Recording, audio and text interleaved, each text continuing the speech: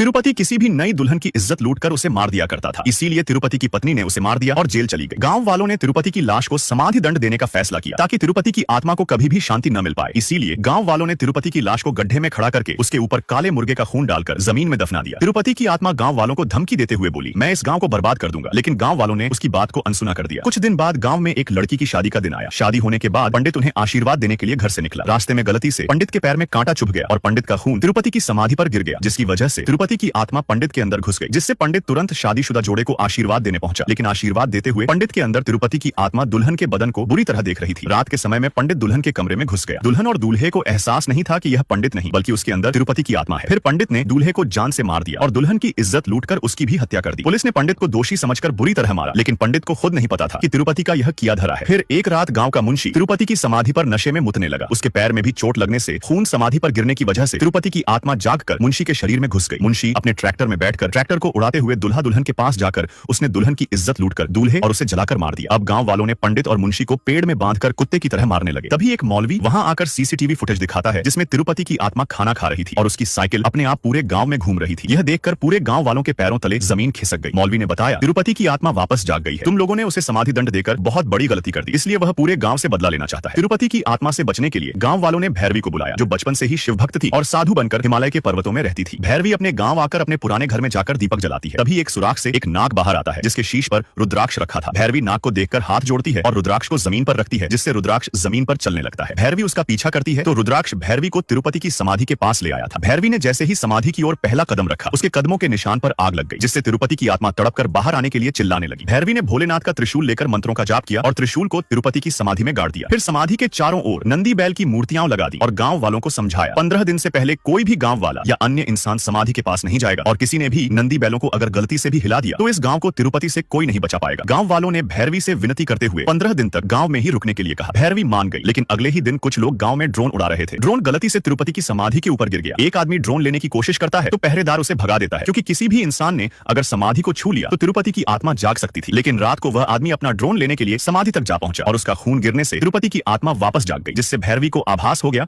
कि तिरुपति आत्मा जाग गई है। फिर तिरुपति की आत्मा गांव में भैरवी को ढूंढने लगी। भैरवी गंगा जल से स्नान कर रही थी तो तिरुपति भैरवी के शरीर को निहारते हुए उसके करीब आने लगा, लेकिन तभी नाग देवता तिरुपति के सामने प्रकट हुए, जिससे तिरुपति पीछे हट गया। नाग ने अपनी शक्तियों से तिरुपति को वापस समाधि के पास भेज दिया। तभी भैरवी भी वहां पहुंच गई। तिरुपति भैरवी को पाना चाहता था, इसलिए उसने भैरवी को हासिल करने के लिए धमकी दी। भैरवी चिल्लाकर उसे चुनौती देती है, तू मेरा या गांव वालों का कुछ नहीं बिगाड़ सकता। तभी भैरवी की परछाई भोलेनाथ की तरह नजर आ रही थी। अब सवाल यह है, क्या तिरुपति की आत्मा से भैरवी अपने आप को और गांव वालों को बचा पाएगी? यह जानने के लिए वीडियो को लाइक करें और चैनल को सब्सक्राइब करना न भूलें।